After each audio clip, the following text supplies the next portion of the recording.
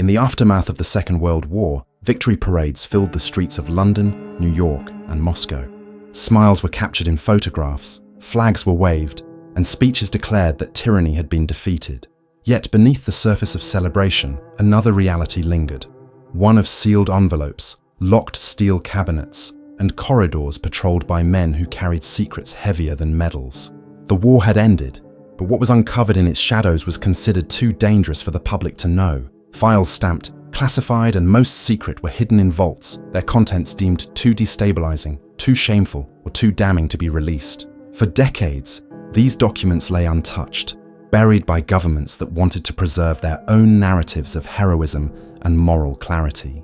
What they contained were not stories of triumph, but of betrayal, moral compromise, and plans for wars that never reached the battlefield. Now, as fragments of these archives resurface, the question emerges: how much of what we believe about the Second World War was shaped by what was deliberately concealed? These are the forbidden files, the erased truths, and the disturbing evidence that survived long enough to be read. What follows are 4 of those suppressed chapters. Chapter 1: Classified Orders from Operation Unthinkable. On the morning of May 22, 1945, just 2 weeks after the unconditional surrender of Nazi Germany, a file marked Most Secret was circulated within the upper echelons of the British War Office. Its cover sheet bore a chilling codename: Operation Unthinkable. The documents inside, stamped with red ink and restricted to only the highest levels of military and political leadership, outlined a plan that defied the very idea of Allied victory. While the world believed peace had finally descended on Europe, these papers revealed calculations for a new and even deadlier war. A war not against Hitler's defeated Reich, but against Joseph Stalin's Soviet Union. The directive came directly from Prime Minister Winston Churchill. His fears of Soviet expansion had grown acute as the Red Army entrenched itself across Eastern Europe. Poland, the nation whose invasion had sparked the war in 1939, was now firmly under Moscow's grip. The files described Churchill's anxiety with cold precision. The Soviet Union has become a danger to the free world. We must contemplate the worst. In the echo of such words, a new front line was imagined, stretching not across Normandy or the Ardennes, but from the Elbe River to the Oder, where exhausted Allied troops faced Soviet divisions that dwarfed them in numbers. The planning papers spared no detail. Troop strength tables projected that the British Army, supported by the American 8th Air Force and reconstituted German Wehrmacht units, could muster approximately 47 divisions against an estimated 170 Soviet divisions. The documents refer to the Unthinkable Alliance, British and American forces fighting shoulder to shoulder with surrendered German soldiers. Men who had, only weeks earlier, slaughtered their comrades across Europe. The moral compromise was staggering, but the calculus was brutally simple. Churchill's staff believed only German manpower could offset the Red Army's colossal advantage. The files did not ignore the likely consequences. Casualty estimates, drawn up by the Joint Planning Staff, projected hundreds of thousands dead in the opening months alone. Some reports warned of losses exceeding those sustained in defeating Germany. In black and white ink, the planners acknowledged that any offensive into Soviet territory would stall in the face of overwhelming resistance. The campaign, one report concluded, could develop into a total war with no defined limit. The phrase "total war" carried a sinister weight in 1945, suggesting not only conventional conflict, but also the potential use of weapons beyond imagination. Within the appendices of these documents lies perhaps the most disturbing element: the consideration of nuclear deployment. Though the atomic bomb had not yet been revealed to the world, the test at Alamogordo was still weeks away. The files speculate on the utility of a special weapon being developed in the United States. Churchill was briefed on its progress by his scientific advisors, and Operation Unthinkable included contingency notes suggesting that, should the Soviets refuse to retreat, nuclear strikes might be required to cripple their military infrastructure. This revelation reframes the dawn of the nuclear age, showing that the bomb was not conceived only as a tool to end the war with Japan, but as a bargaining chip against Stalin himself. Maps preserved in the file depict sweeping arrows across Eastern Europe, thrusts toward Warsaw, and fallback lines in case of Soviet counteroffensive. The tone is clinical, yet beneath the cartographic precision lies desperation. Allied forces, stretched thin and war-weary, were being asked to contemplate launching an assault against an ally whose contribution to Hitler's defeat had been greater than any other. The Red Army had borne the brunt of Nazi brutality, losing over 20 million soldiers and civilians. Yet now, in May 1945, those same soldiers were recast as the next enemy. The documents reveal the depth of distrust between the Allies even before Germany's surrender. Communication logs show heated exchanges between Churchill and President Harry Truman. While Churchill pressed for a firm stand against Stalin, Truman hesitated. American files note his reluctance to sacrifice more American lives after years of carnage in Europe. Yet, as the papers reveal, there were voices within the US military who supported Churchill's vision. General George Patton, still commanding US forces in Europe, openly advocated rearming German troops and pushing eastward.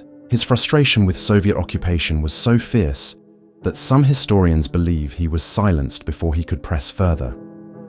Operation Unthinkable was ultimately shelved, deemed impractical and too dangerous, but its existence was hidden from the public for nearly 50 years. For decades, historians repeated the narrative of Allied unity and post-war peace, while these files remained buried in the National Archives under lock and key. When fragments were finally released in the 1990s, they shattered long-held assumptions about the fragile trust between wartime allies. The British government admitted the documents were authentic, but large portions remained heavily redacted, entire paragraphs blacked out in thick ink. What was considered too dangerous to reveal even half a century later? The chilling truth is that Operation Unthinkable demonstrates how close the world came to plunging into a Third World War. In 1945, the celebrated victory over Hitler was not the clean conclusion that the public was led to believe. Instead, Europe stood on the razor's edge of a new catastrophe, one that might have consumed the world in nuclear fire years before the Cold War officially began. In the silence of the War Office corridors, among officers who never spoke of what they planned, humanity's most devastating possibility was quietly drafted, stamped "most secret," and then buried in steel cabinets, where it would not see the light for decades. As we revisit these files today, the ink still carries the weight of those hidden fears. It tells us that history is not just written by the victors, but shaped by the secrets they choose to bury. And Operation Unthinkable remains one of the darkest reminders of how victory can mask the shadow of another war waiting just beyond the horizon. Chapter 2: Forbidden Trials of Unit 731 Survivors. In the northern reaches of Manchuria, hidden behind barbed wire and guard towers, stood the vast compound known as Pingfang. To the outside world, it appeared to be an ordinary military facility. In truth, it was the headquarters of Japan's most secret and most horrifying wartime program, Unit 731. Established in 1935 under the command of General Shiro Ishii, a brilliant yet ruthless physician, this covert biological warfare division conducted experiments so disturbing that even among the long list of wartime atrocities, they remained unspeakable for decades. What makes the story even more haunting is not only what was done to the victims, but what happened after the war ended, when the truth was traded for power and justice was deliberately silenced. The archives reveal that American forces moved quickly after Japan's surrender in August 1945 to secure both personnel and records from Unit 731. Reports stamped confidential and later reclassified as top secret show that US Army intelligence teams were ordered to locate Ishii and his colleagues, not to arrest them for war crimes, but to negotiate. General Douglas MacArthur, Supreme Commander for the Allied powers in Japan, approved directives that prioritized scientific acquisition over legal accountability.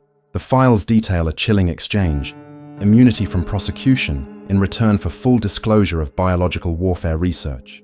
The Americans understood that the data could not be replicated by ethical means. It had been produced through the suffering of thousands of unwilling human subjects.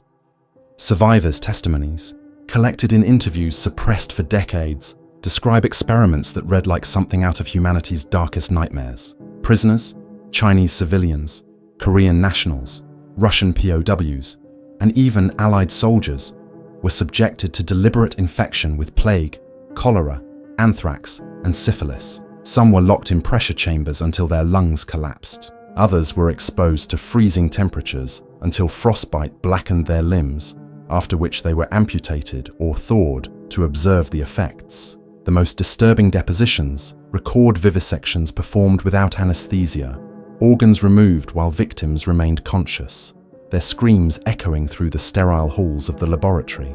Women were raped and forcibly impregnated to study the transmission of disease to unborn children. Children were deliberately starved, poisoned, or injected with pathogens. Entire villages in China were bombed with ceramic bombs filled with plague fleas, their populations left to die in agony. So Japanese doctors could track infection patterns. The documents reveal that US intelligence officers were fully briefed on these atrocities by 1947. One file, signed by Lieutenant Colonel Murray Sanders of the US Army, describes his interviews with Unit 731 staff. His conclusion was chillingly pragmatic. The data was of immense value to the United States biological warfare program. Instead of submitting evidence to the International Military Tribunal for the Far East, which was prosecuting Japanese war crimes in Tokyo, these reports were routed to Fort Detrick in Maryland, home of America's secret biological warfare research. There, Ishii's papers were catalogued, and his team's methodologies dissected by American scientists eager to apply the results. The forbidden element is not simply what Unit 731 did, but how the Allies concealed it. While Nazi doctors at Dachau and Auschwitz faced trial at Nuremberg for conducting similar experiments, Ishii and his officers walked free. Depositions show that Ishii himself retired quietly, living under assumed names in Japan, until his death in 1959. Some of his colleagues later occupied prominent positions in Japanese universities, hospitals, and even government posts, their past erased from public record. The US withheld evidence from the Tokyo Tribunal, ensuring that victims' testimonies never entered the historical record. The files prove that survivors who attempted to testify were silenced, their statements marked inadmissible due to national security concerns. The implications extended far beyond Asia. During the early Cold War, American fears of Soviet biological warfare programs intensified. Documents show that US intelligence briefings to the Joint Chiefs of Staff in 1950 cited data obtained from Ishii's files. The Korean War further deepened these concerns, with Chinese and North Korean officials accusing the United States of deploying biological weapons, an accusation the US denied, but one made more plausible by the knowledge that they possessed Unit 731's research. The moral stain deepened. Evidence of atrocities was not merely hidden, but actively weaponized. Some of the most disturbing files are heavily redacted even today. Pages from the US Army's exploitation of Japanese biological warfare records remain blocked out, entire sections blacked with thick ink. Historians who examined the surviving fragments suggest these omissions may conceal the extent to which American scientists replicated Unit 731's findings, possibly conducting follow-up experiments under classified programs in the 1950s. The silence of survivors is equally chilling. Many remained voiceless for decades, too terrified of reprisal or too traumatized to relive their ordeals. When testimonies finally surfaced in the late 20th century, they were met with official denials from Japanese authorities and studied evasions from US officials. The existence of these files forces a brutal reckoning with the price of scientific progress during wartime. The knowledge that vaccines, treatments, and defense strategies against biological weapons in the United States may have roots in torture and mass murder is a moral wound that cannot be healed by secrecy. Yet the documents also reveal how nations will compromise their own principles when confronted with the threat of rivals. To Washington, the idea of Soviet scientists gaining access to Ishii's research was intolerable. To achieve dominance in the Cold War, the US was willing to erase thousands of victims from the historical record. For decades, the story of Unit 731 was treated as rumor, dismissed as exaggerated propaganda. It was not until survivors began to testify in the 1980s and lawsuits emerged in Japanese courts that fragments of the truth re-emerged. Even then, official acknowledgement remained elusive. When the declassified depositions were finally examined in the 1990s, they confirmed what survivors had always known, that their suffering had been real, systematic, and deliberately concealed by the very powers that had promised justice after 1945. The forbidden trials of Unit 731 survivors never truly occurred. The courtroom was replaced by negotiation tables, the prosecutors by intelligence officers, the verdict by silence. In the end, the files buried in American archives tell not only of atrocities committed in Manchuria, but of the choices made in Washington and Tokyo. choices to trade justice for data, truth for secrecy, and humanity for power. And for the countless men, women, and children who perished in those laboratories, history still waits for their names to be fully spoken. Chapter 3: Erased Atrocity, the Dresden Firestorm Cover-Up. On the night of February 13, 1945, the ancient German city of Dresden was transformed into a furnace. The Allies called it Operation Thunderclap, though the name would soon be omitted from most official histories. Dresden had been spared much of the devastation inflicted on other German cities during the war. Its Baroque architecture, cathedral domes, and medieval bridges gave it the aura of a cultural capital rather than a military stronghold. But in the dying months of the conflict, as Hitler's Reich collapsed, the city became the target of one of the most controversial air campaigns of the Second World War. Files buried deep in European archives reveal that what unfolded in those 3 days was not simply an act of war, but an atrocity systematically concealed, its death toll suppressed, and its significance erased from public memory. The attack came in waves. At 10:03 p.m. on February 13th, the first formation of Royal Air Force bombers crossed the city under cover of darkness. They dropped high-explosive bombs designed to shatter rooftops and windows, clearing the way for what would follow. Just hours later, a second wave arrived, this time delivering thousands of incendiaries that ignited the exposed interiors of homes, theaters, and churches.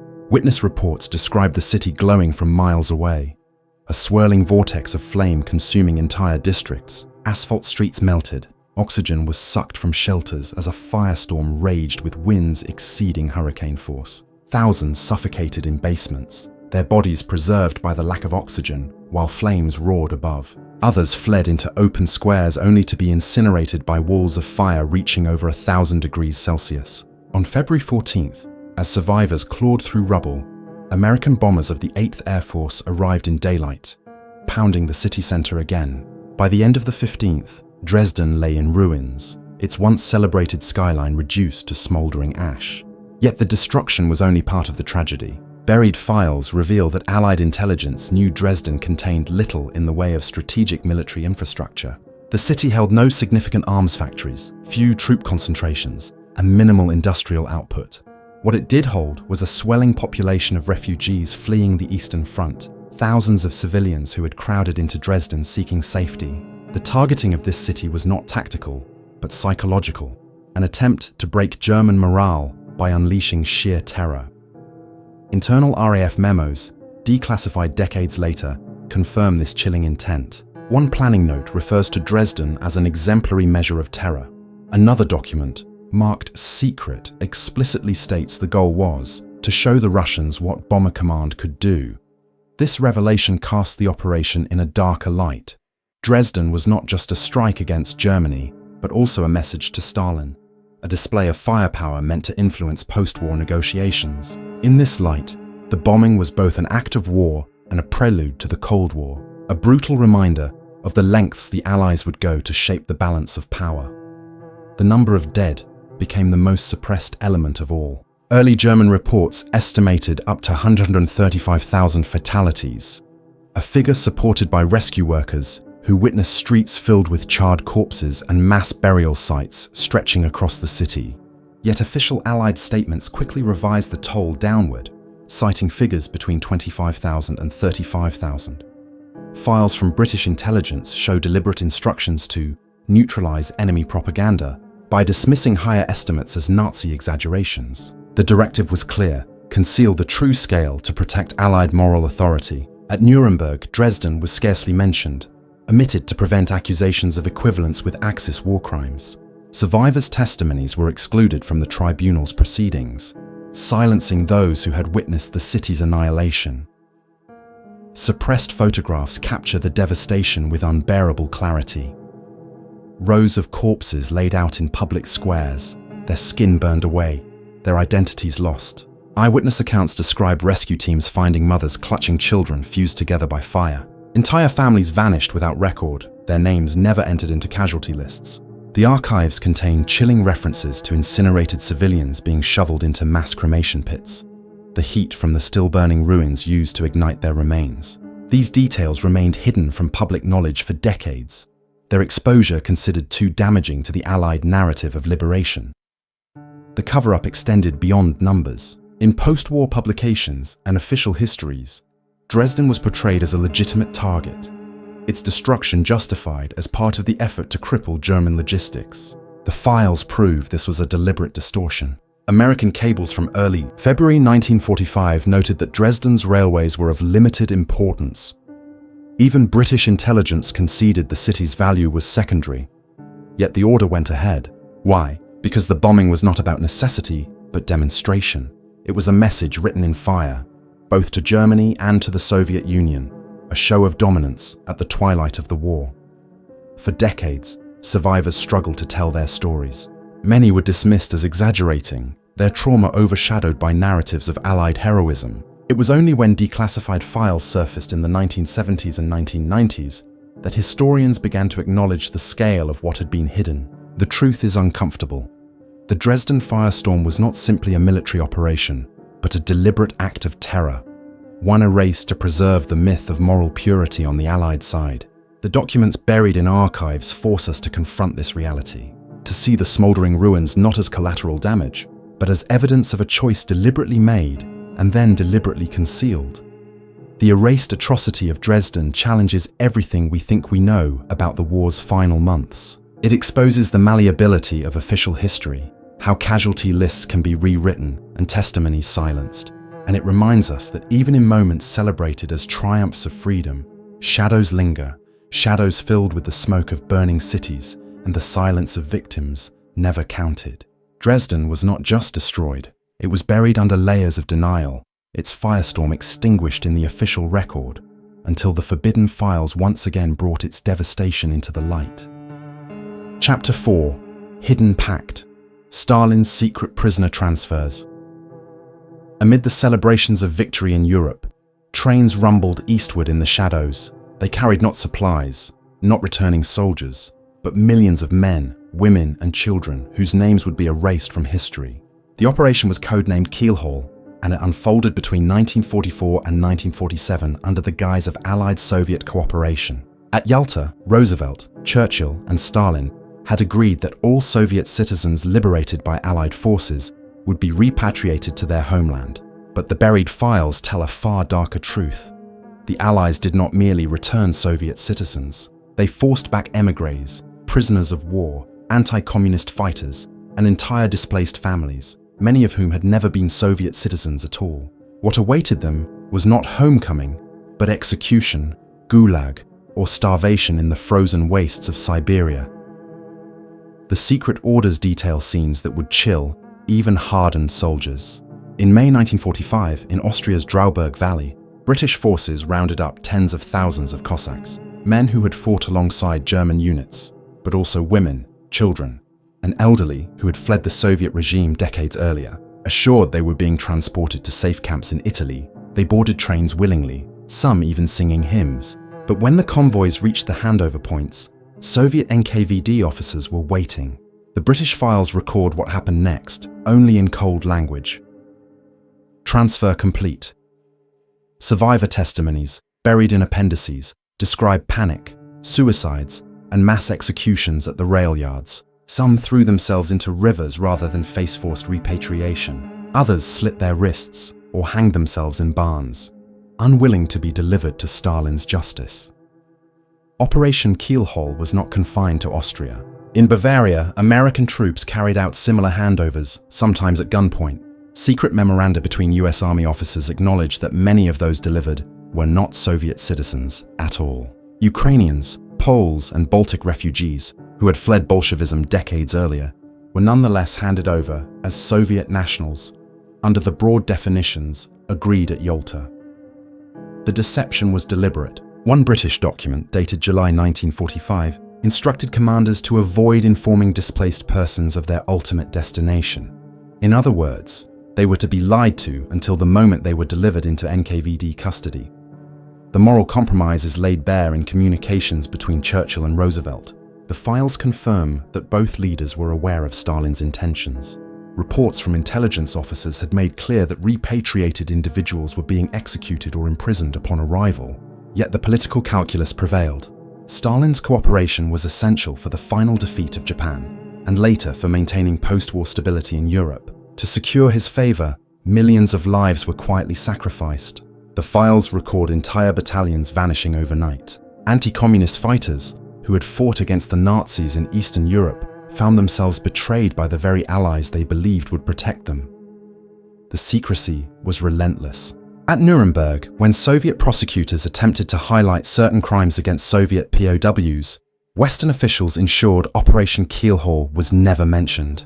To admit it would expose the Allies' complicity in mass deportations and likely executions. The archives reveal that survivors who attempted to testify were silenced. One memorandum from the British Foreign Office in 1946 states bluntly, "No publicity should be given to forced repatriations." Entire records were classified for over 50 years, with whole volumes marked not to be opened until 2000. The true scale is staggering. Conservative estimates place the number of forced repatriations between 2 and 3 million. Many of them perished almost immediately upon return. Soviet secret police reports, smuggled out years later, describe mass shootings, deportations to Siberia, and forced labor camps where disease and starvation claimed countless lives. The few who survived carried their stories in silence, often emigrating to the West decades later, their voices trembling with the memory of betrayal. One survivor recalled being loaded into cattle cars by American soldiers, begging them not to send his family east, only to be struck with rifle butts until he complied. His wife and children never returned. The files also expose the duplicity of language used to mask the horror. Documents referred to repatriation and transfer, bureaucratic euphemisms that concealed the reality of forced exile and certain death. For the soldiers ordered to carry out these missions, the psychological toll was immense. Letters hidden in personal files describe British and American officers weeping as they handed over families, yet bound by orders to obey. Some resigned their commissions in protest. Others recorded their anguish in private journals that surfaced only decades later, testifying to the impossible moral burden imposed upon them. Perhaps most disturbing is the lasting silence. Unlike other wartime atrocities, Operation Keelhaul remained almost entirely unknown to the public for half a century. School books and official histories made no mention of it. The victims, stripped of identity and consigned to unmarked graves, remained nameless. When the files were finally declassified in the late 1990s, the revelations shocked even seasoned historians. The truth was that the Allied victory in Europe had not been the unblemished triumph it was portrayed to be. Beneath the flags and parades, there was betrayal on a massive scale, an atrocity conducted not by the defeated, but by the victors themselves. The hidden pact between the West and Stalin remains one of the darkest stains on the legacy of World War II. It shows that even in moments of triumph, nations will sacrifice principle for political expediency. The survivors' voices, suppressed for decades, now speak through the documents that were never meant to be read. They remind us that history is not only written by the victors, but also erased by them. Operation Keelhaul was buried in silence, its trains moving eastward in the night, carrying with them the weight of betrayal, the cries of the forgotten, and the haunting truth that freedom was not given to all when the guns of Europe finally fell silent. The war ended in 1945, but the silence lasted for decades. The documents stamped classified, most secret, and eyes only were locked away, their contents buried beneath official speeches of victory and liberation. 4 files, now resurfaced, expose what leaders once deemed too dangerous for public knowledge. They reveal Operation Unthinkable, the plan to turn Allied guns against the Soviet Union before the smoke of Berlin had cleared. They reveal the immunity deals that allowed Unit 731's architects of horror to walk free, their human experiments absorbed into Western laboratories. They uncover the Dresden Firestorm, its real death toll erased and its purpose disguised as necessity. And they disclose Operation Keelhaul, the forced repatriations where millions were delivered to Stalin's executioners by the very allies who had promised them freedom. Each file rips a page from the carefully curated story of victory, showing instead a world where power outweighed morality, and where the end of war did not mean the end of suffering. What other files remain sealed? What truths still lie hidden in archives, waiting for the day when the ink of secrecy fades? The war may be over, but the shadows it cast still reach across history, daring us to confront what was meant to remain forbidden.